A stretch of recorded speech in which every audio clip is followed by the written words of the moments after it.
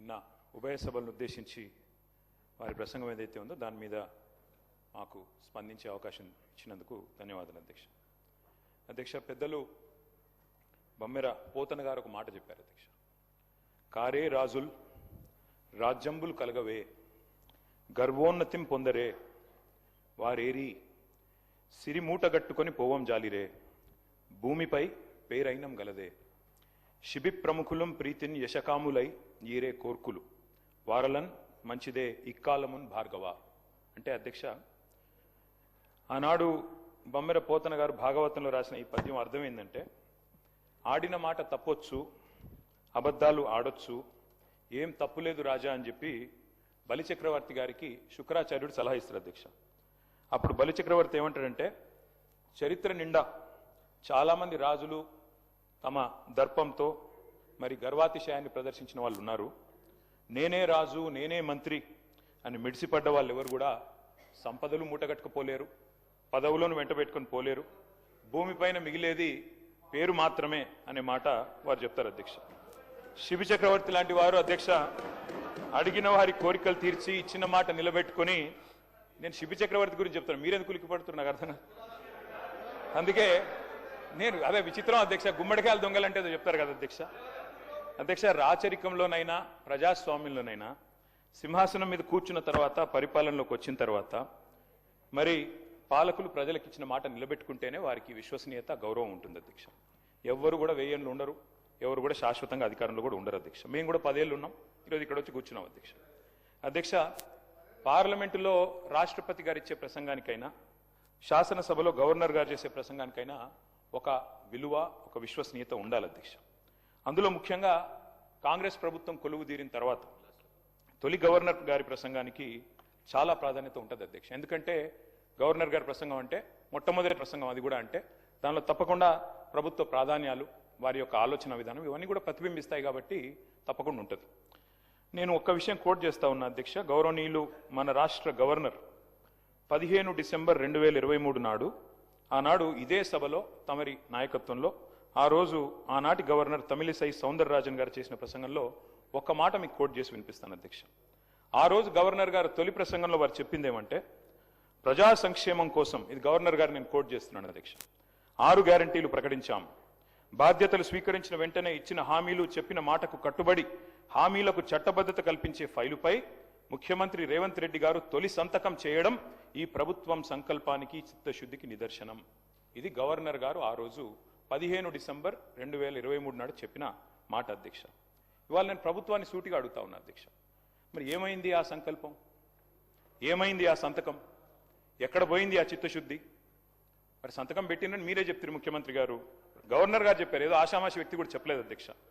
ఆ తర్వాత అధ్యక్ష 2024 గవర్నర్ ప్రసంగం అయిపోయింది, 25 అయిపోయింది, ఇప్పుడు 26 కూడా నిన్న అయిపోయింది అధ్యక్ష. మరి ఇన్నేళ్ళైనా కూడా సీఎం గారు సంతకం చేసిన ఆ ఫైల్ ఎక్కడ పోయింది అధ్యక్ష? 28 నెలలుగా గడిచిన ఆ ఫైలు ఎక్కడ మాయమైంది? కాకెత్తుకపోయిందా, లేకపోతే FSL అగ్ని ప్రమాదంలో కాలిపోయిందా, లేకపోతే మరి విచిత్రమైన విషయం అధ్యక్ష, ఇది ఒక గవర్నర్ గారు చెప్పిన మాట కాదు, ఇది మీ బాస్ రాహుల్ గాంధీ గారు చెప్పిన మాట. తొలి క్యాబినెట్లోనే 6 గ్యారంటీలకు చట్టబద్ధత కల్పిస్తాం. తొలి క్యాబినెట్, ఇప్పటికి నాకు తెలిసి ఒక 50-60 సమావేశాలు అయినట్టున్నాయి క్యాబినెట్. ఎక్కడ పోయింది అధ్యక్ష మరి తొలి క్యాబినెట్లో 6 గ్యారంటీలకు చట్టబద్ధత అన్నమాట? ఇది కాదు అధ్యక్ష. అధ్యక్ష, క్యాబినెట్ సమావేశాలు ఇన్ని జరిగినాయి, మరి ఫైలు మాయమైంది అధ్యక్ష. ముఖ్యమంత్రి గారు సంతకం చేసిన ఫైలు, తొలి సంతకం, అది కూడా ఎక్కడో చాటుకు చేయలేదు అధ్యక్ష, బహిరంగంగా చేశారు, బహిరంగ వేదిక మీద చేశారు. ఎక్కడ పోయింది ఆ ఫైలు? ఇవాళ నేను ప్రభుత్వాన్ని డిమాండ్ చేస్తా ఉన్నా అధ్యక్ష, ఆ మాయమైన ఫైలు ఆచూకీ కోసం స్పెషల్ గా ఒక సిట్ ఏర్పాటు చేయాలని చెప్పి నేను డిమాండ్ చేస్తా ఉన్నా అధ్యక్ష. ఎందుకంటే మాట్లాడితే సిట్టు అధ్యక్ష, గవర్నర్ గారిని, అట్లాగే పవిత్ర సభని, అట్లాగే మొత్తం రాష్ట్ర ప్రజల్ని ఇవాళ మోసం చేసి గవర్నర్ గారి ప్రసంగానికి విలువ, విశ్వసనీయత లేకుండా చేశారు అధ్యక్ష. మొదటి ప్రసంగానికి విలువ లేకపోతే మూడో ప్రసంగానికి ఏముంటుంది అధ్యక్ష విలువ? నాకు అర్థం కాదు. ఏం చెప్పారు అధ్యక్ష? నిన్న ముఖ్యమంత్రి గారు మాట్లాడుతున్నారు అధ్యక్ష, బయట ఏమంటున్నారు?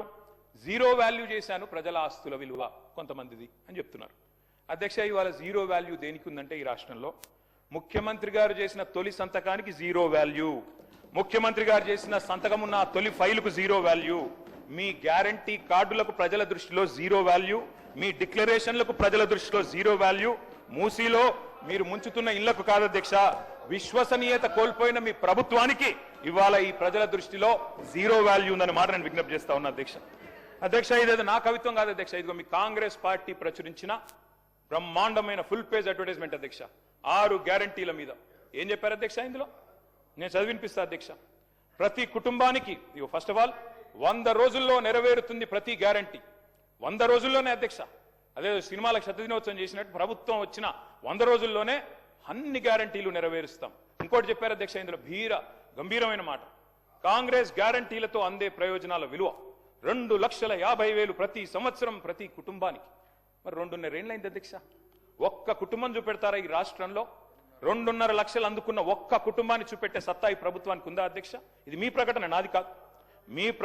మీ పార్టీ ఆ రోజు ఇచ్చిన ప్రకటన 2,50,000 రూపాయలు ప్రతి సంవత్సరం ప్రతి కుటుంబానికి అని మీరిచ్చిన మాటకు విలువ ఉందా? అందుకే అంటా ఉన్నా అధ్యక్ష. అని మరి 2.5 లక్షలు అంటే 2.5 ఏళ్ళకి ఈ పార్టీకి 6 లక్షల పైసలకు రావాలి, కనీసం 2.5 వచ్చిందని నేను అడుగుతా ఉన్నా అధ్యక్ష.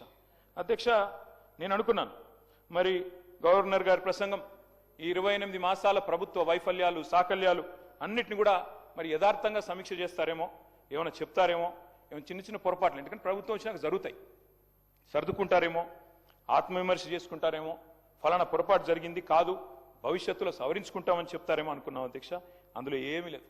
ఇప్పుడు చెప్పారు, ఇప్పుడే మా సభ్యుడు మాట్లాడుతూ చెప్పారు అధ్యక్ష, ఇంతకంటే దారుణం ఉండదు. 10 ఏళ్లలో మీరు ఒక్క రేషన్ కార్డు ఇవ్వలేదని చెప్తారు అధ్యక్ష వీళ్ళు.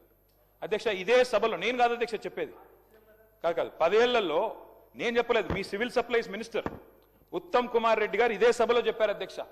6.5 లక్షల కార్డులు 2014 నుంచి 2023 వరకు ఇచ్చినాము అనే మాట నేను చెప్పలేదు, మీ ఉత్తమ్ కుమార్ రెడ్డి గారు చెప్పారు. మరి మీరు మీ ఉత్తమ్ కుమార్ రెడ్డి గారితో మీ సివిల్ సప్లైస్ మినిస్టర్తో విభేదిస్తున్నారా?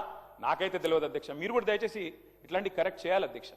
సభలో మంత్రులు చెప్పిన మాటలకే విలువ లేకపోతే గౌరవ అధికార పార్టీ సభ్యులు మంత్రుల మాటలకు కూడా విలువ లేకుండా మాట్లాడుతుంటే అబద్ధాలను పదే వల్ల వేస్తే ఎవరికి లాభం అధ్యక్ష? దానివల్ల వారు కూడా నోట్ చేసుకోవాలని నేను గుర్తు చేస్తా ఉన్నా అధ్యక్ష.